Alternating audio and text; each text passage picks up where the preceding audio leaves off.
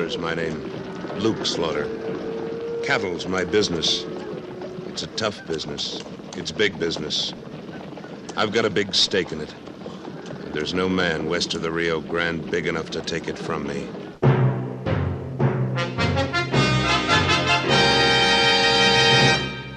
Luke Slaughter of Tombstone.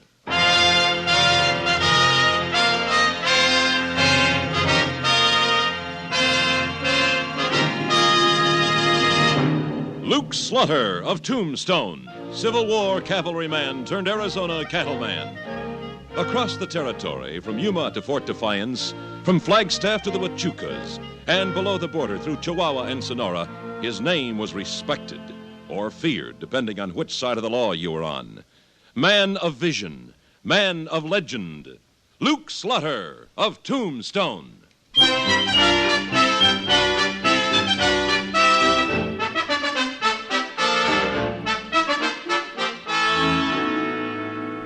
Lots of people back east think us Westerners are rough, uncouth, and ill-mannered. Although it might not appear so to a stranger, we do live by a fairly rigid set of manners. For instance, we don't care what a man was, but what he is. All of us have come out to this new country from somewhere else, and why we came is our own business. Of course, sometimes a stranger may drift into town who reminds us of things we just as soon forget. Like the time Wichita and I was sitting out front of the Cosmopolitan Hotel, waiting for the dinner gong to ring. Sure is going to be good to tie on a store-bought feed bag, Luke. Yeah, I'm getting a little hungry myself. Well, I wasn't thinking of quantity so much as quality. I don't trust that pigtailed bean wrangler you got down at the ranch. I swear there was cat meat in that son of a gun stew he made for supper last night. I doubt it, Wichita. The Chinese are supposed to be excellent cooks. Well, somebody should get that message through to Lum Chung. Maybe you ought to bring him up here for a feed sometime so he can learn what a lard-fried steak ought to taste like. Yeah, and mashed turnips, too, without lumps. Oh, when are they going to ring that darn dinner bell? I'm starving myself just thinking about it. Morning, Luke. Howdy, Wichita. Well, Mr. Howdy. Wallace, what brings you down from the mine in the middle of the day? I'm eating the stage, expecting a business associate in from the east. Here you struck water up at the Little Giant, Mr. Wallace. That's right. What's going on up there on the hill? First the sulphurette strikes water, and then contention, and now you. It seems that there's an underground lake at the 500-foot level. Well, we can sure use some more water out in this desert, but it's never going to bring in as much as silver. Well, I don't imagine Mr. Wallace is going to let a little water interfere with his silver production, Wichita. Not for a single minute. We're going to install the biggest pumps west of the Mississippi. Matter of fact, that's why the man I'm going to meet is coming all the way out here from St. Louis. He bringing the pumps with him on the stage? Oh, no, Wichita. But after I've convinced him that we can lick the water, and I will, he's going to put up the money for the pumps. He know that yet? No, but he knows a good thing when he sees it. And believe me, boys, Tombstone's a good thing. $1 invested in Tombstone today will be worth $10 in a year, and $100 by the end of the century. Well, I think I'll hold on to my dollar. I ain't calculating on being around come 1900. Well, here's the stage, and right on time, too. That ought to impress Mr. Albert W. Norton on how we do things out here. Did you say Albert W. Norton? Yes, he's the man I'm meeting. Very important in banking circles back in St. Louis. No, it couldn't be. What couldn't be, Luke? Nothing, Wichita. Just thinking out loud.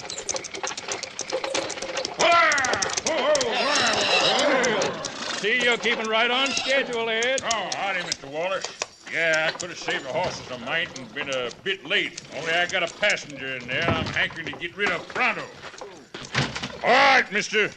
Get down. You're at the end of the line. And you are out of a job, my good man. If I have to buy this stage line to be sure you're discharged. Ah, dry out. Welcome to Tombstone, Mr. Norton. Oh, hello there, Wallace. Had a pleasant trip? I can't say I have, since I transferred from the steam cars to this devil's conveyance driven by a madman. Now, look here, mister. Why, old Ed here is one of the best 6-horse drivers in the territory. Then I can see that there is room for great improvement out here. Well, that may be so. But I'm sure after you've been with us for a few days, you'll find that there are a lot of things in our favor. Come on, Wichita, let's go. Well, let's go where? They ain't rung the dinner bell yet. We can eat back at the ranch. But, Luke, the lard fried steaks at the Cosmopolitan are the best in Arizona. Then you eat mine, too. I'm getting out of town before I commit murder. Murder? Who you figured on murdering? Him. Mr. Albert W. Norton.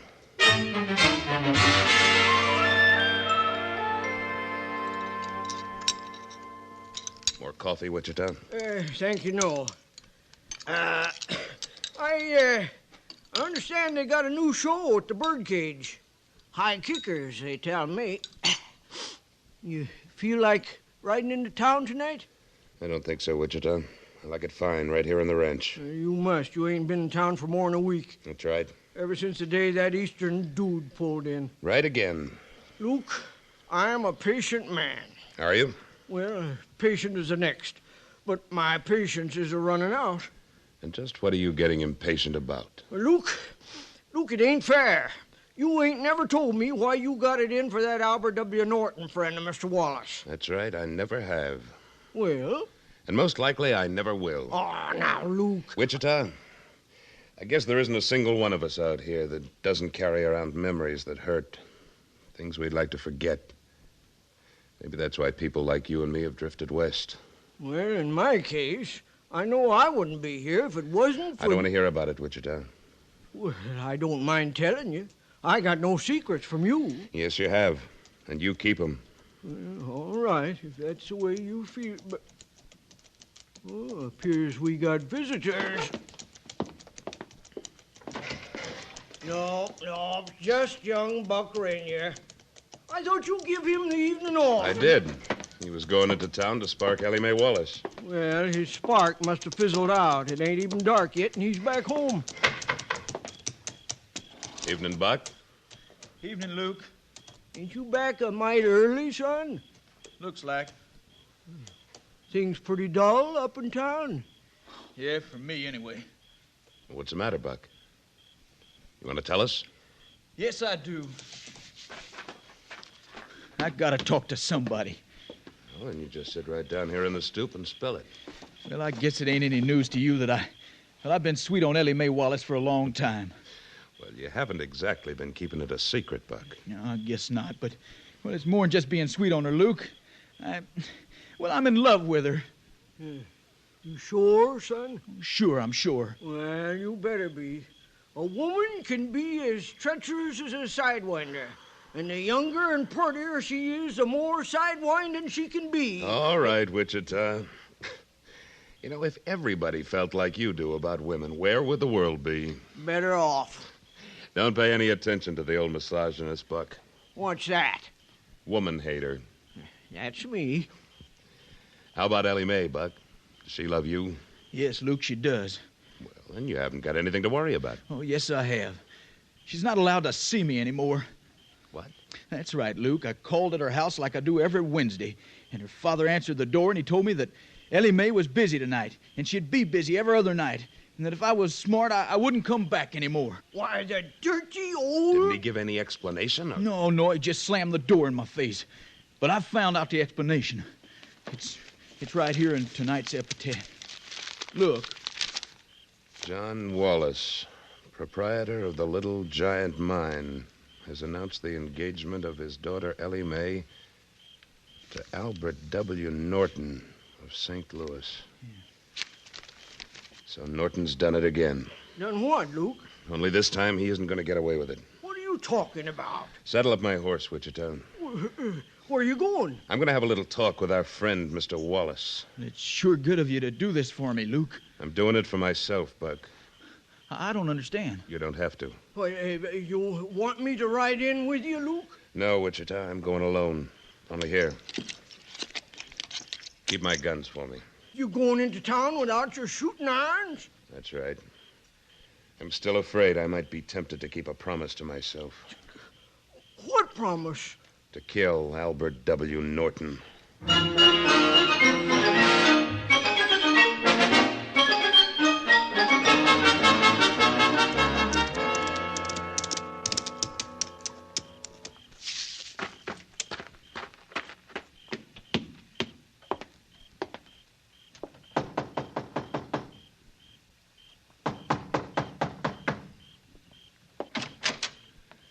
Evening, Mr. Wallace. Why, Luke Slaughter.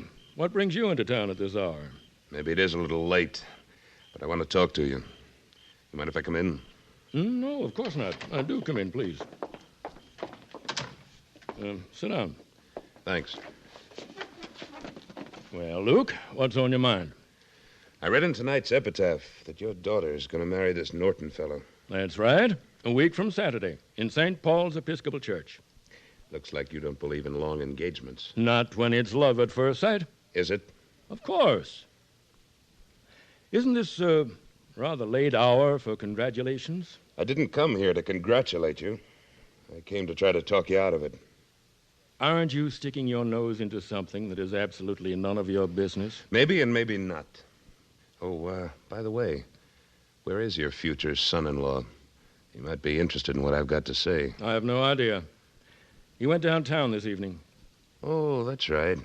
I heard there was a new troop of high kickers at the birdcage. I wouldn't know. And I don't keep tabs on the comings and goings of Mr. Norton. Maybe you should before you give him your daughter. Just what do you know about this Norton? Enough. He's a highly successful St. Louis financier. And his price for bailing out your mine is a girl young enough to be his daughter. Slaughter, I don't have to sit here in my own house and listen to such dirty insinuations. You don't, but you will. Now, hold on. I apologize, Mr. Wallace. You're right. This is none of my business, from your point of view. But from my point of view, it is. Because I happen to know Ellie Mae is in love with a young fellow named Buck Rainier. That wrangler that works for you? That's right. I threw him off my premises tonight. I know. That's why I'm here. Buck is very much in love with your daughter, Mr. Wallace. Well, he'll have to get over it. I certainly would never permit Ellie Mae to marry a $40 a month cowhand. Mr. Wallace, I've never been married. I've never had any children. But if I ever do have a son, I'd like him to be the kind of boy Buck is. And to back up that statement, when he marries your daughter, I'll make him a wedding present of a couple of sections of land and enough cattle to set him up in business. Very touching, Slaughter.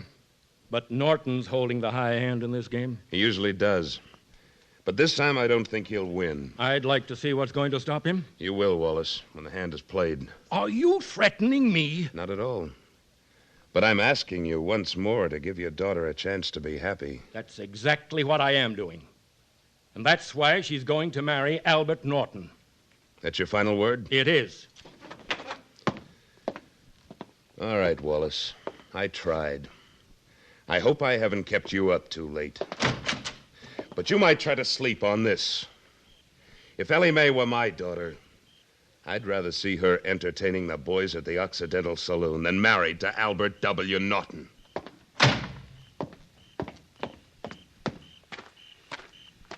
Mr. Slaughter. Ellie Mae. I overheard you talking to Papa. Mr. Slaughter, what am I going to do? Ellie Mae, are you really in love with Buck? Oh, yes. I'll die if I have to marry that awful old Mr. Norton. But you want to marry Buck? Oh, yes, so very, very much. What am I going to do, Mr. Slaughter? You just go ahead and do what your father tells you. Smile and be pleasant. And act like you were the first blushing bride in the history of the world. But I can't do that. Yes, you can. Because, Ellie Mae, I promise you, you will never be Mrs. Albert W. Norton.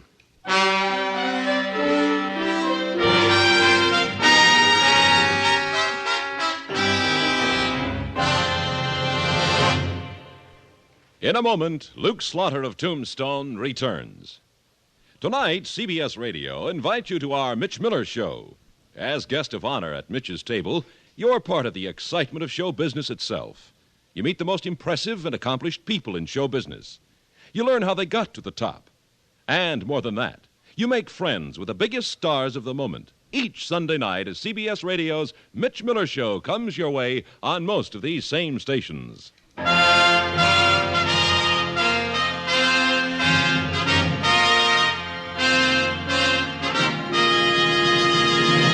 And now, Act Two of William N. Robeson's production of Luke Slaughter of Tombstone.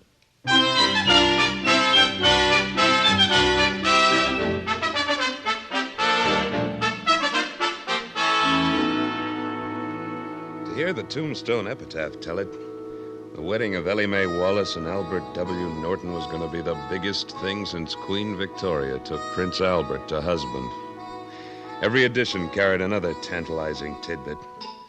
The bridal gown was coming by fast express from San Francisco. The bride's father had bought up all the French champagne in town for the reception. The nuptials were to be solemnized by the Bishop of Arizona himself. And listen to this in tonight's paper.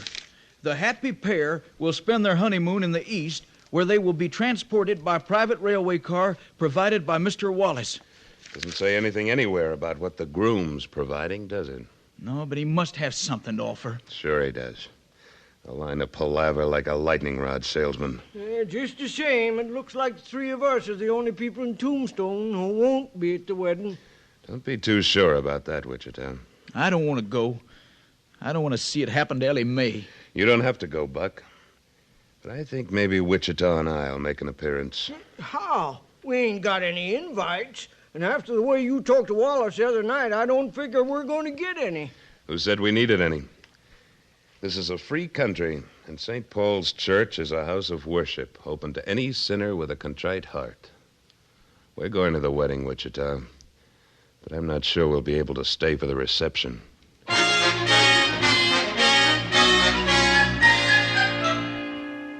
I had my own preparations to make, but they didn't involve bishops and champagne and such frills. They were relatively simple, and they were all completed by Saturday morning. Got the horses all saddled and waiting, Luke. Good, Wichita. I oughtn't to stay here and let you do it all, Luke. Let me come along. You just do as I tell you, Buck. You'll have plenty to do later. Yeah, but what if it don't work? Then you're where you ought to be, and where I want you to be, in the clear. Let's go, Wichita. See you in a couple of hours, Buck, if we pull it off. Good luck, Luke. Luke, it don't seem right going to a wedding in work clothes. Why not, Wichita? Only got work to do.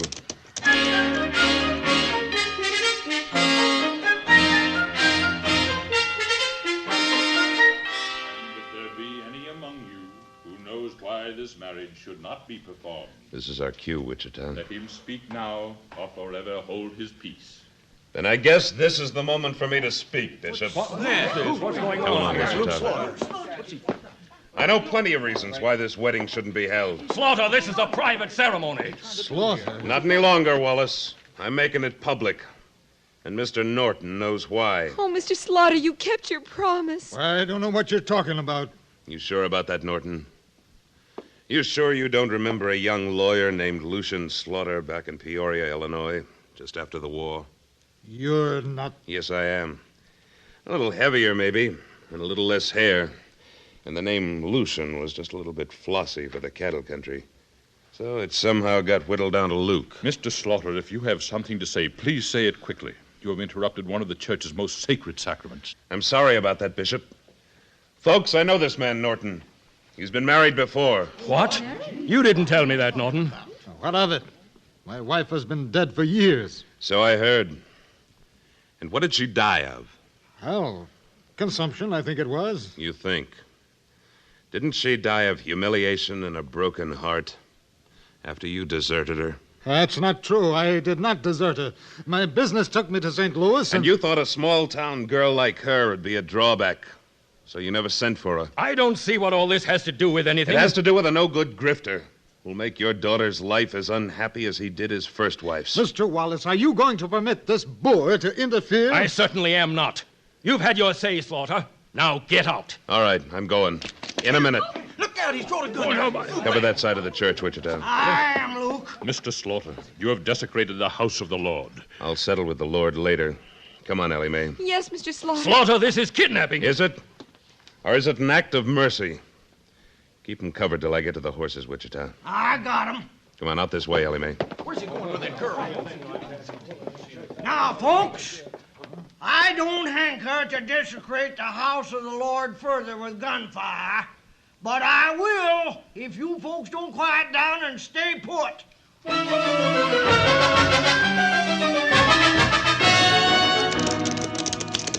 Well, Luke, there's Buck waiting for us out in front of the ranch house. Yep. And there's the Padre from Bisbee with him. Just in case you want to make use of his services, Ellie Mae. Oh, I do, Mr. Slaughter, I do. Oh, yeah. Oh. Ellie Mae, sweetheart. Buck. Hurry up, Buck. Get your bride down from this horse. Howdy, Padre. Good afternoon, Luke. Think you can tie the knot for these two in 5 minutes? I'll do my best. You better. Because I figure that's about all the lead we've got on that wedding party.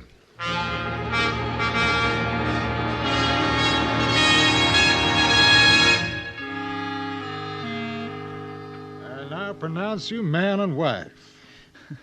Oh, Ellie. Oh, my husband. My very own husband. Ellie. Now, that can wait until later. You got the rest of your life for smooching. You better get out of here now before your pappy gets here. You got your horses out and back like I told you, Buck? Yeah, Luke. Then you two hit the trail. I'll stall off the angry citizens. Oh, Mr. Slaughter, how can I ever thank you? Don't bother. Ride. And you, Wichita. Well, now, you might name the first one after me. Now, get. Come on, darling. See you later, Luke. Well, Wichita, let's welcome our visitors. All right, Slaughter, what have you done with my daughter? She isn't here, Mr. Wallace. Of course she's here. We followed your trail. Well, she was here, but she just left on her honeymoon. What? Why, you... Yeah, I'm afraid you're too late, Wallace. Ellie Mae has been Mrs. Buck Rainier for at least 5 minutes. I'll have the marriage annulled. I don't see how you can do that, Wallace. The girl's over age, and the ceremony was legal in every respect. Wasn't it, Padre? Indeed it was, Luke. I'd ask you and the losing bridegroom in for refreshments on... Oh, by the way, I don't see Mr. Norton in your party. What happened to him? He fell off his horse. I'm not surprised. Well, as I was saying, I'd ask you in, only I'm sure you have much more adequate refreshments you'll be wanting to consume at what was to have been the wedding reception. So if you'll excuse us, Wichita and I are going to have a bite to eat. We've had a very busy day.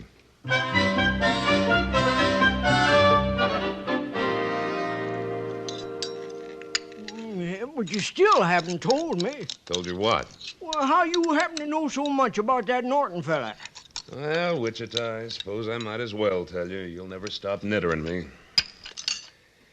You see, back in Illinois, 15 years ago, there was this young lawyer just starting out in the world. This young girl. They were very much in love, and they wanted to get married. Uh-huh. But the young girl's father had other ideas, ambitious ideas. And he made the girl marry a fast-talking young fella named Albert W. Norton. Oh. And the young lawyer left town, swearing he'd kill Norton if he ever saw him again. Only you know, Wichita, I like it better this way. Killing's too good for a rat like him. Yeah, I guess you're right. But there's only one thing about the whole shebang that I don't like. What's that? They left in such a hurry, I didn't get to kiss the bride.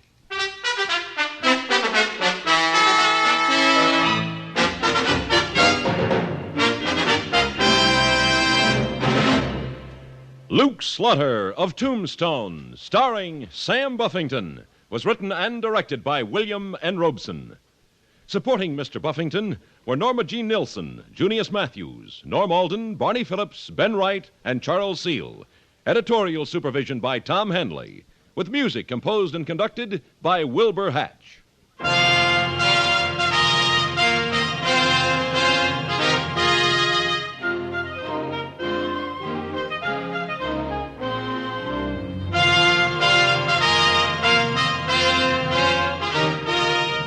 This is the CBS Radio Network.